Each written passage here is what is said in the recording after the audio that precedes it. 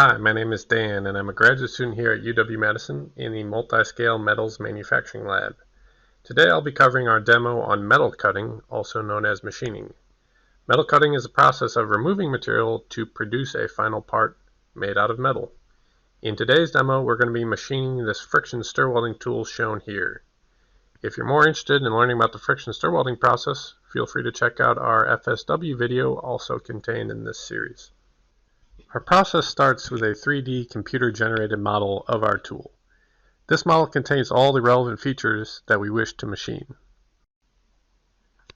We use these features to generate the coordinates that we program our machine to move to in order to cut this tool. Shown here is a simulation of the program used to generate the code that we'll use to program our machine. As you can see, this is a fairly complex part that requires multiple machining operations as well as multiple different tools. We will cover each step of this process during the live action demo of the machining process. We will start with round bar stock, which we will spin around in the spindle on the left here, and we will use our turning tool to turn down the final diameter of our part, producing its final cylindrical shape.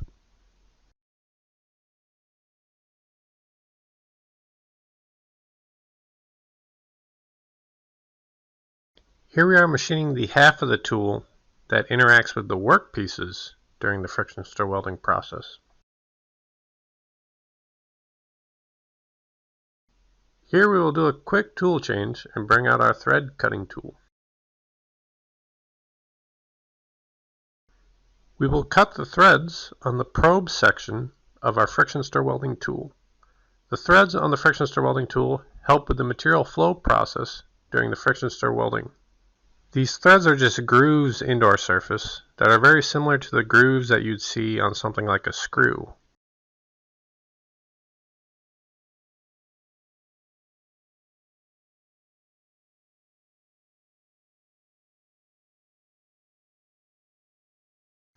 Next, we will pull out what is called an end mill. An end mill is similar to a drill bit, except that an end mill can move laterally and remove material, whereas a drill bit can only plunge in and out of material, producing a hole. We use this end mill to produce the flats on the side of the tool that we use to screw the tool into our tool holder. You'll notice now that our part, which is in the spindle on the left, has stopped rotating, and now our end mill, which is the tool in the spindle on the right, has started rotating. Our machine we are using here is what's known as a mill turn center. This gives us the capability of rotating either the part or the tool in either spindle, which allows us to produce more complex parts.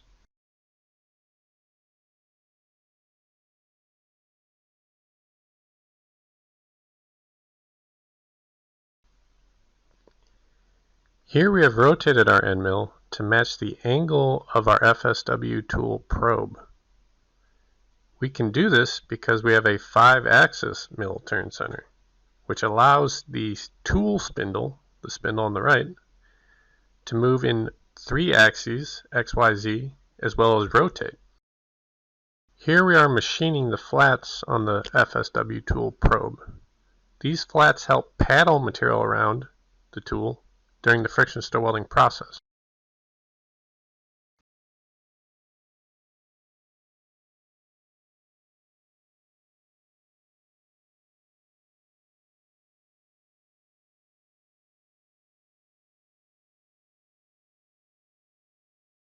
Now we must flip our tool around in order to work on the opposite side of our friction stir welding tool.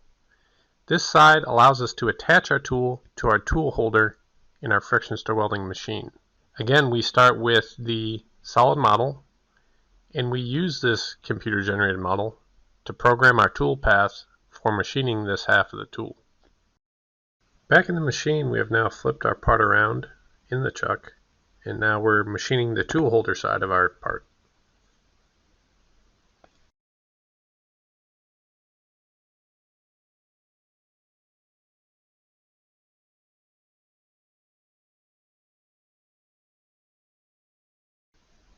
Similar to the workpiece side, we will turn down the part to its final diameter,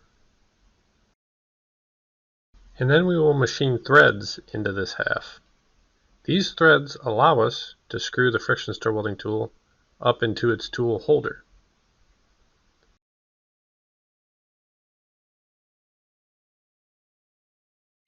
You'll notice here that we're taking multiple tool passes, and that the depth of cut each pass gets progressively deeper. This is because if we try to do it in one deep pass, the cutting force would be too high and we'd tear the part out of our chuck. Once the threads have been successfully cut in this half of the friction stir welding tool, our tool is ready to go. We can go start friction stir welding.